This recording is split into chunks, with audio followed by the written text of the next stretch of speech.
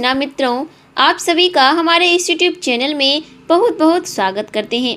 मित्रों, आज का ये वीडियो काफ़ी ज़्यादा खास होने वाले हैं, क्योंकि आज हम आपको बताने जा रहे हैं हमारे चारों धामों में से एक हमारे जगन्नाथ मंदिर के कुछ चमत्कारिक और रहस्यमय कहानियों के बारे में। मित्रों, आपको आज इनकी हम 25 चमत्कार और रहस्यों के बारे में आपको बताएंगे। मित्रों, हमारे वीडियो को अंत तक जरूर देखिएगा और वीडियो अच्छी लगी हो तो वीडियो को लाइक करके हमारे चैनल को जरूर सब्सक्राइब कर लीजिएगा। मित्रों, मैं आपको बताना चाहूँगी कि जगन्नाथ रथ यात्रा में 25 चमत्कार और रहस्यमय वे क्या क्या हैं। मित्रों, मैं आपका ज़्यादा समय नहीं लूँगी, लेकिन आप मेरे वीडियो को अंत तक ज़रूर देखिएगा।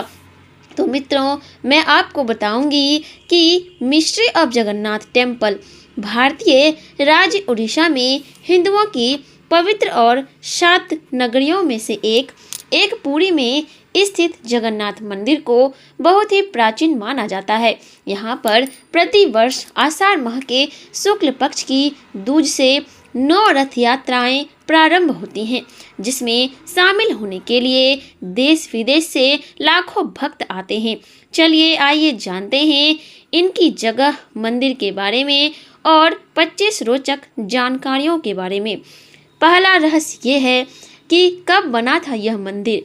इस मंदिर को सतयुग के राजा इंद्रदुम्न ने बनवाया था। समय समय पर इस मंदिर का जीर्णोद्धार होता रहा। इस मंदिर का सबसे पहला प्रमाण महाभारत के वर्ण पर्व में मिलता है। वर्तमान में जो मंदिर है वह 7वीं शती में बनवाया था।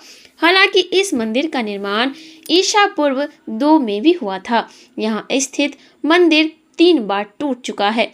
1174 ईस्वी में ओडिशा शासक अनंग भीमदेव ने इसका जीर्णोद्धार करवाया था।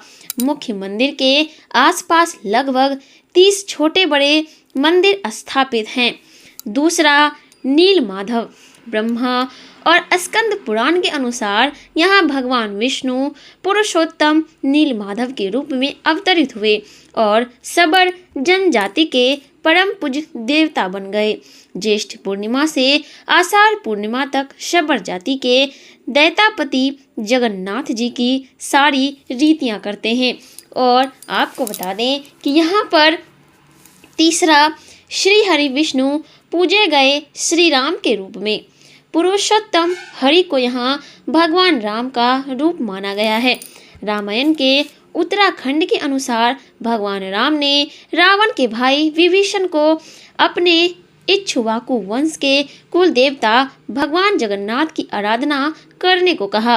आज भी पुरी के श्री मंदिर में विभीषण वंदना की परंपरा कायम है। चौथा, श्री कृष्ण बने जग के नाथ जगन्नाथ। बाद में नील माधव को श्री हरि विष्णु के 8वें अवतार श्री कृष्ण के रूप में पूजा जाने लगा। साथ ही उनके बड़े भाई बलभद्र और बहन सुभद्रा को भी पूजा जाने लगा। इसके पीछे की भी एक कथा है। पांचवा, सभी दिशाओं से रक्षा करती है इस क्षेत्र की। स्कंद पुराण के अनुसार पुरी एक दक्षिणवर्ती शंख की तरह है और यह 5 कोस यानी 16 किलोमीटर क्षेत्र में फैला हुआ है। माना जाता है कि इसका लगभग 2 कोस क्षेत्र बंगाल की खाड़ी में डूब चुका है। इसका उदर है समुद्र की सुनहरी रेत, जिसे महोदधि का पवित्र जल धोता रहता है। सिर वाला क्षेत्र पश्चिम दिशा में है, जिसकी रक्षा महादेव स्वयं करते हैं।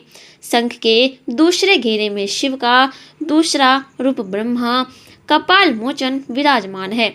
माना जाता है कि भगवान ब्रह्मा का एक सिर महादेव की हथेली से चिपक गया था और वह यहीं आकर गिरा था। तभी से यहाँ पर महादेव की ब्रह्मा रूप में पूजा करते हैं। शंख के तीसरे वृत्त में माँ विमला और नाभि स्थल में भगवान जगन्नाथ रथ सिंहासन पर विराजमान है। समुद्र की ओर से रामदूत हनुमान जी इस क्षेत्र की रक्षा करते हैं। छठा, मंदिर में अधूरी मूर्तियाँ। यह एक मात्र ऐसा मंदिर है जहाँ पर श्री कृष्ण विराजमान हैं और इनकी यह मूर्ति लकड़ी की बनी हुई है। हर वर्ष मूर्तियाँ बदल दी जाती हैं। मूर्तियों के अधूरे बनने और लकड़ी के बनाने के पीछे एक लंबी कथा है जो राजा इंद्रदुम्न और उनकी पत्नी गुंडीचा से जुड़ी हुई है। और बता दें दोस्तों, 7वां हवा के विपरीत लहराता ध्वज। श्री जगन्नाथ मंदिर के ऊपर स्थापित लाल ध्वज सदैव हवा के विपरीत दिशा में लहराता रहता है। ऐसा किस कारण होता है यह तो वैज्ञानिक ही बता सकते हैं, लेकिन यह निश्चित है कि आश्चर्यजनक बात है। प्रतिदिन सायंकाल मंदिर के ऊपर स्थापित ध्वज को मानव द्वारा उल्टा चढ़कर बदला जाता है। ध्वज भी इतना भव्य है कि जब यह लहराता है तो इसे सब देखते ही रह जाते हैं। ध्वज पर शिव का चंद्र बना हुआ है। 8वां, गुंबद की छाया नहीं बनती। मंदिर के पास खड़े रहकर इसका गुंबद देख पाना असंभव होता है। मुख्य गुंबद की छाया दिन के किसी भी समय अदृश्य ही रहती है। 9वां, भारत का सबसे भव्य मंदिर।